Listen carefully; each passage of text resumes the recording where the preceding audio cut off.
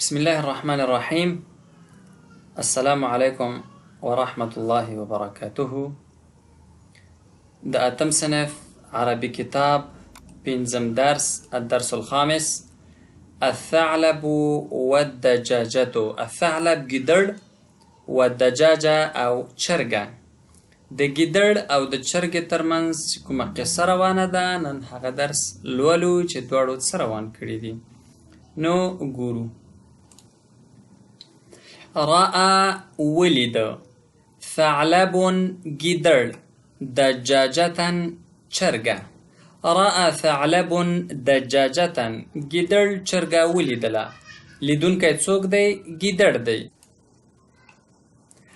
وهي او هغه یعنی چرګه تتمشى ګرځي فی الحظیرة په مرغانچه کې. عموما څوک مرغانچه وي، څوک کوډله وي، څوک کوټنۍ وي. البته د چرګانو خپله پنجره چې وي هغې ته الحظیره وایي. دغه پنجره چې ده دې ته وایي.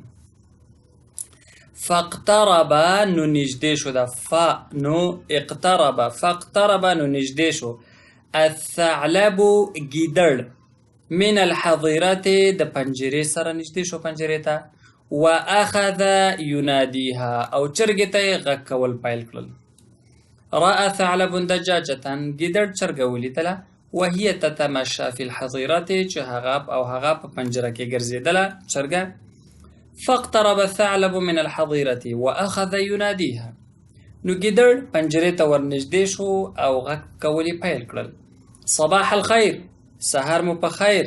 یا اختی العزیزه، زما ګرانې خورجانې. سمعتو ما اوریدلی دي. انکی چې ته، کله چې نارینه وي انکا، چې ښځینه وي انکې. نو دا چرګ نه دی، چرګه ده. سمعتو ما اوریدلی انکی چې ته یې مریضه، مریضه یې، بیمارې. فجئتو نو راغلمه، اسألو پوښتنه کوم، عن حالک ستا د حال. سمعتو انک مریضة خبر شوی یم، اوریدلی مې دي چې ته مریضه یې. فجئتو اسألو عن حالک راغلی یم چې ستا د حال پوښتنه وکم. اخرجی الی راوځه ماته، لاداویک چې ستا دوا وکړم، علاج وکړم. سوف افحصک زه به تا ستا پلټنه وکم، یا په انګلیش کې وایو ستا چیکاپ وکم. کله چې مریض ډاکټر ته راځي که نه، نو چیکاپ کوي که نه، هغه دومره شی وي، دلته یې ورته کېدي، دلته یې ورته کېدي، او لاس ورته دلته کېدي چې تبې خو نه یې نیولی لاس. دغې ته الفحص الطبي وایي، یا میډیکل چیکاپ چې ورته وایو. نو ډاکټر دغه پلټنې ته سوف افحصو کې، زه به ستا پلټنه وکم، زه به تا چک کم. و اقیسو او قیاس به یې کم.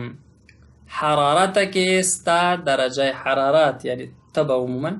و اقیسو حرارتک، ځکه پخوا به ترمامیټر و که نه دلته ورکول کېده، یا اوس هم داسې څه په ګوتو ورکول کېږي، هلته درجه حرارت معلومه کېږي. نو د قیاس نه اخیستل شوی. و اقیسو حرارتک او ستا حرارت یا ګرموالی به هم چک کړم. و ساصفو لک الدوا او تا ته به څه دوایي درکړم، یا څه دوایي به درته نسخه کې ولیکم. عرفت پوه شوه، الدجاجتو چرګه، مکره چل فریب، الثعلب د ګیدړ. عرفت الدجاجتو مکره الثعلب، چرګې د ګیدړ چل باندې پوه شوه، چرګه د ګیدړ په چل پوه شوه. فقالت نو وی ویل له هغه ته، انا مریضة زه مریضه یم.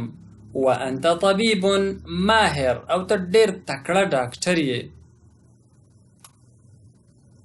ماهر خو به انشاءالله پېژنې، تکړه متخصص و په خپل هغه کې ښه پوهه چې ولري په خپل بخش کې.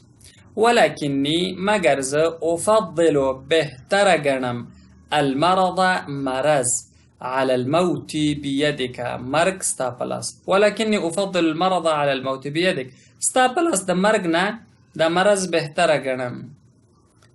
فرجع الثعلب خائبا، فرجع واپس شو، واپس وګرځېده.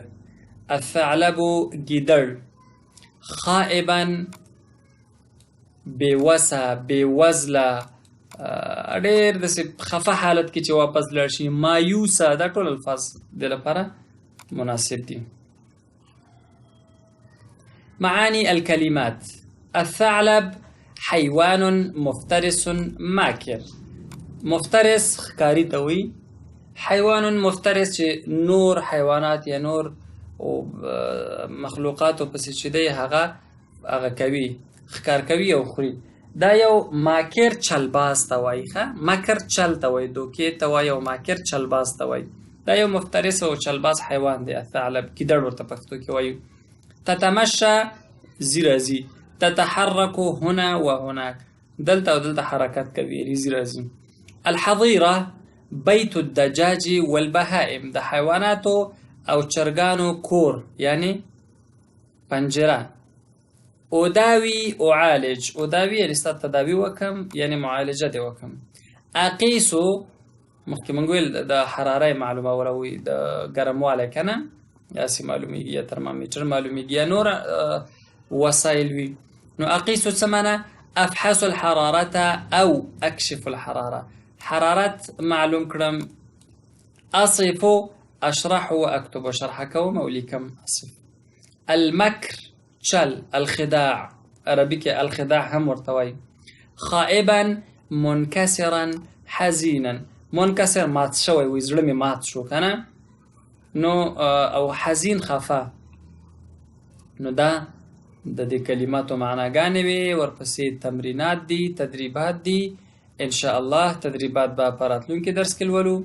ونلتقي ان شاء الله في الدرس المقبل، والى اللقاء القادم. استودعكم الله، والسلام عليكم ورحمة الله وبركاته.